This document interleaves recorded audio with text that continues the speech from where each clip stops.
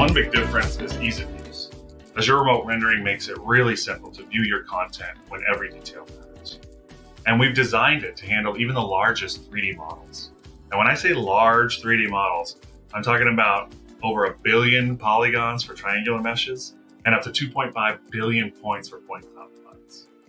Another differentiator is that it leverages hybrid rendering, meaning that developers can easily extend their existing mixed reality applications and take advantage of cloud computing when needed.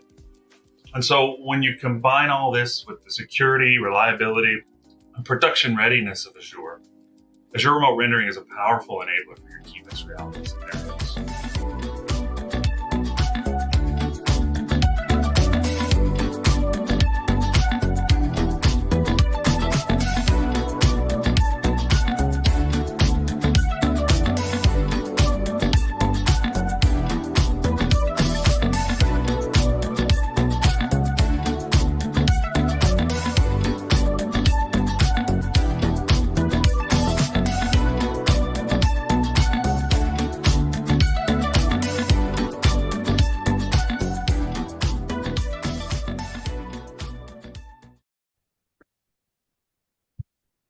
Hello and very welcome everybody to a little introduction to 2D and 3D generation. Very looking forward to give you a brief introduction to what's happening in the 2D and in the 3D world, and especially what all this is about. And in my opinion, this is the fuel for the metaverse. So let's dive into that a little bit. Why do we actually believe that 3D assets are going to be the fuel for the metaverse? So let's look at the two components the metaverse actually exists of. So it's VR and AR, virtual reality and augmented reality.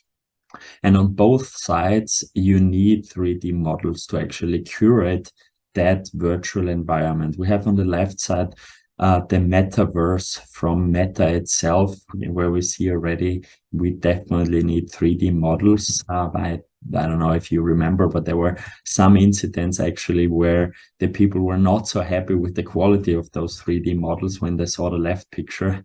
Yeah, of course, this got improved and the metaverse will look probably a lot cooler than this, but either way, 3D assets are the core to all this.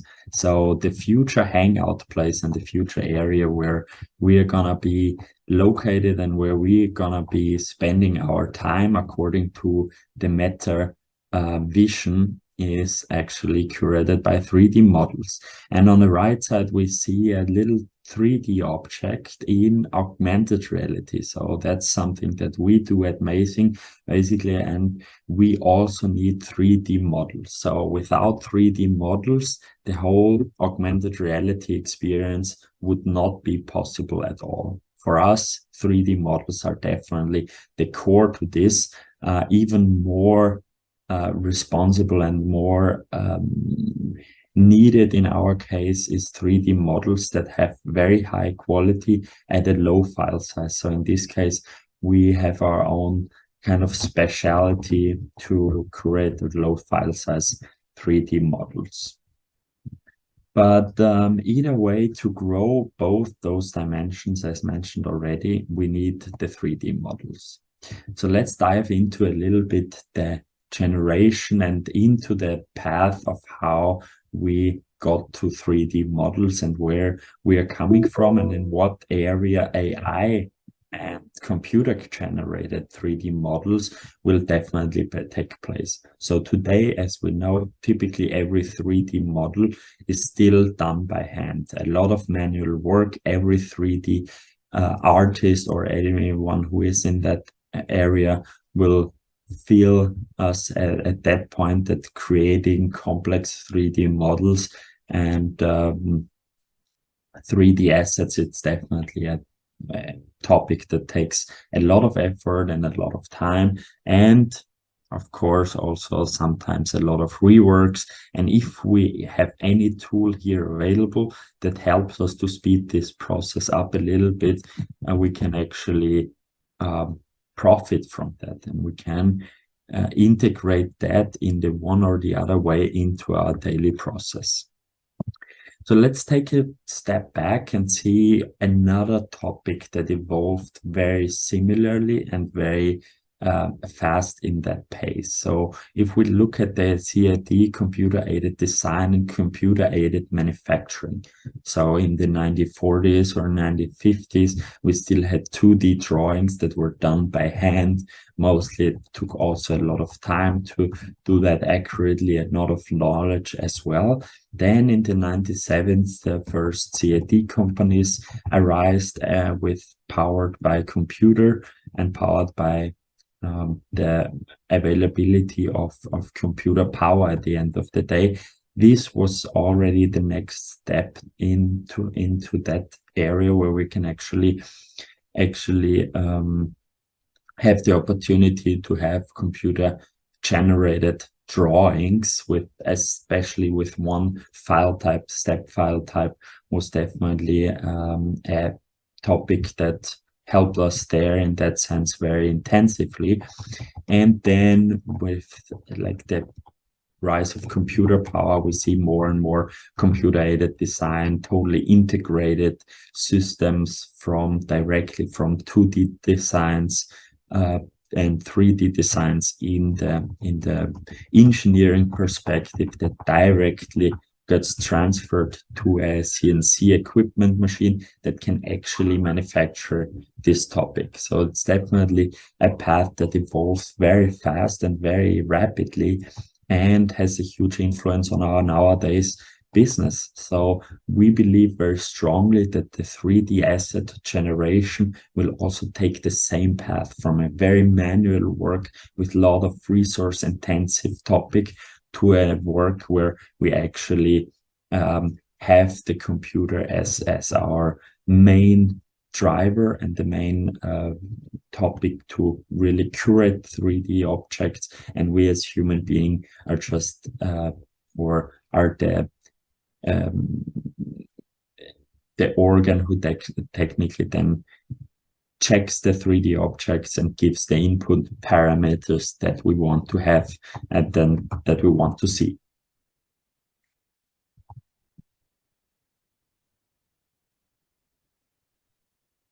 So one technology that we already is quite old and we probably heard a lot from it is 2D and 3D scanning.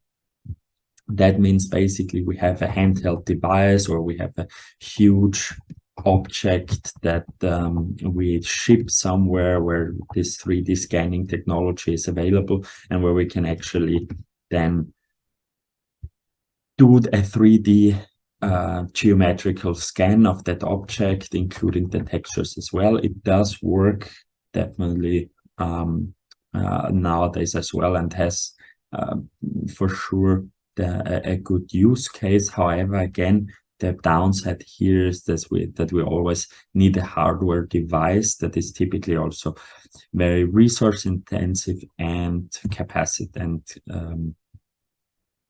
cash intensive to buy. One development that we actually look very closely on is LIDAR sensor. LIDAR sensor, why? Because this little sensor is actually implemented in all the new iPhone Pros since generation 13. That means actually that people who own one of those phones have the opportunity and have the resources to actually also look into that hardware technology and paired with software technology and apps that are also already out there, this can have a huge impact. But what is LiDAR sensor? So we can compare it to a typical radar sensor, radar device that was used or is used by ships and in air freight. However, in the LiDAR area, we typically only use light and laser impulses, and the sensor, the receiver sensor, waits until it gets a signal back. So light in this sense is a very constant object that we can use to trace back and forth those information. And at the end of the day, we have a pixel cloud that is then rendered together with software programs to a 3D object. Mostly in this case, still there's no texture on it. So 3D models consist out of a 3D mesh and typically the texture along with it. But there's another technology that is quite interesting and could be used in our daily business as well for that. So it's called photogrammetry. So what is photogrammetry? It comes actually from a structured form of motion, and it's a process that estimates the 3D dimensions and coordinates based on different pictures that we take from different angles. At least it's something that's kind of a simplified online explanation of the object that does a layover from the pictures that we take.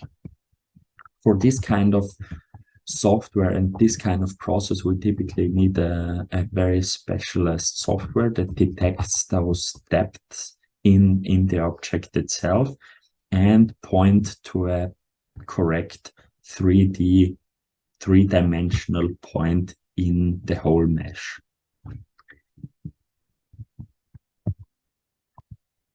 But then so coming back again from all the 3D objects to a step back. So one software and one company, it's OpenAI, and DALL-E 2 actually influenced this year in 2022 very strongly the perception of AI and artificial intelligence in asset generation. So what does DALL-E 2 do?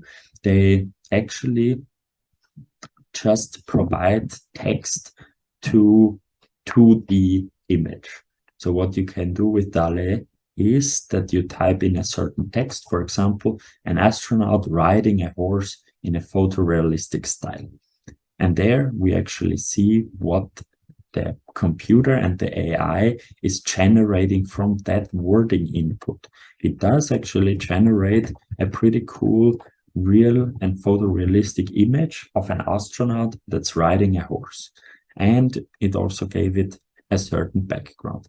So this kind of technology and this kind of perception takes all those pictures that are out there and estimates based on the wording that we give, estimates what kind of object should be rendered. There's a wide range of use cases evolving from that. So one of the very, very interesting topics I found is that people actually use this kind of technology to get mood boards for designers. So what you can do is basically take a lot of different wordings or explanations from a customer that said, hey, I want to have a house that looks a little futuristic with large windows, and you can give the AI that kind of word input, and you would get back an image that helps designers and creatives in the process of creating something.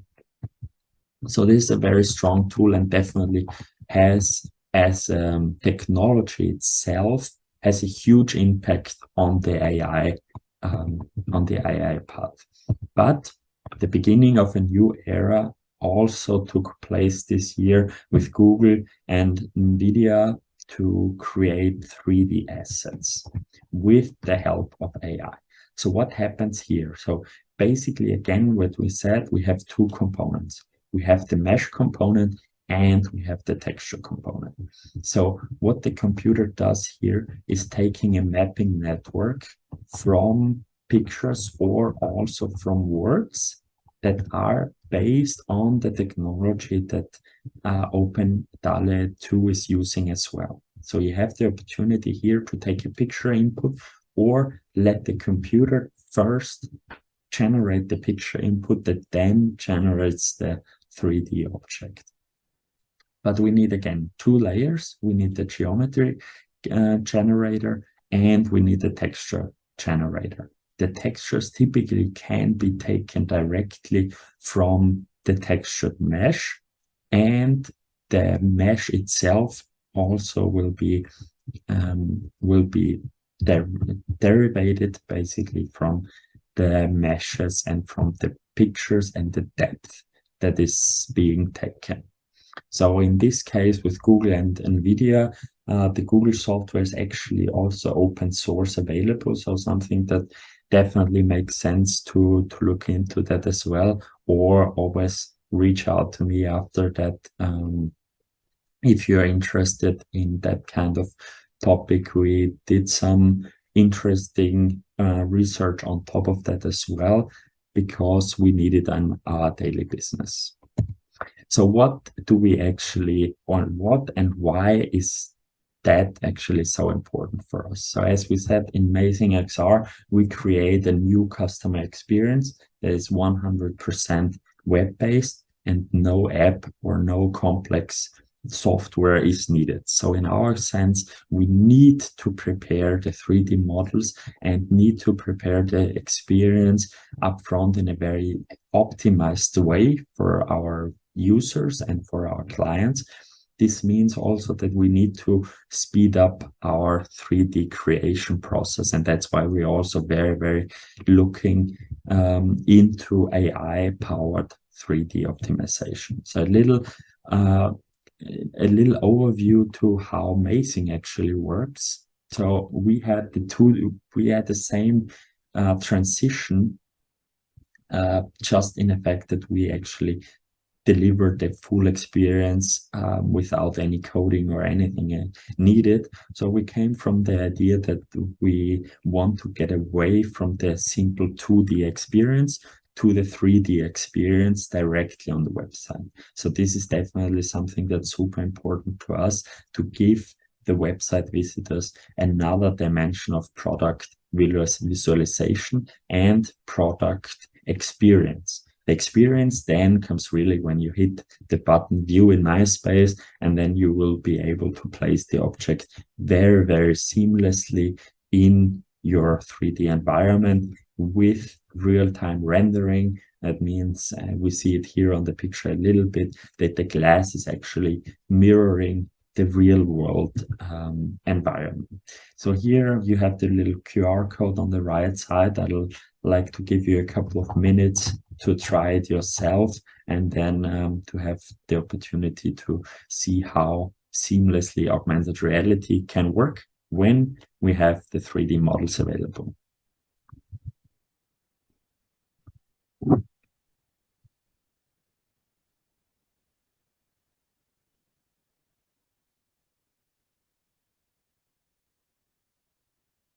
So in case this is a recording, I guess you can also stop real quick, or last chance to take a screenshot of this so you can experience the QR code and scan the QR code later on again.